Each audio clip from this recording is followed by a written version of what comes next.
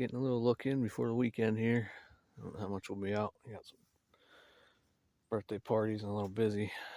Anyhow, we're on the edge of a field. You can see how thick it is trying to work down through here. A lot of sign right in through here.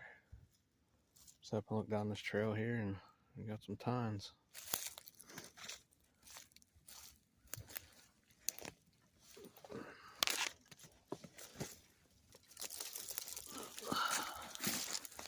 Hopefully I don't fall on it here and stab myself. It'd be nice, huh? There it is. Kind of neat looking buck. Not big, but it's got kind of a cool looking sweeping beam.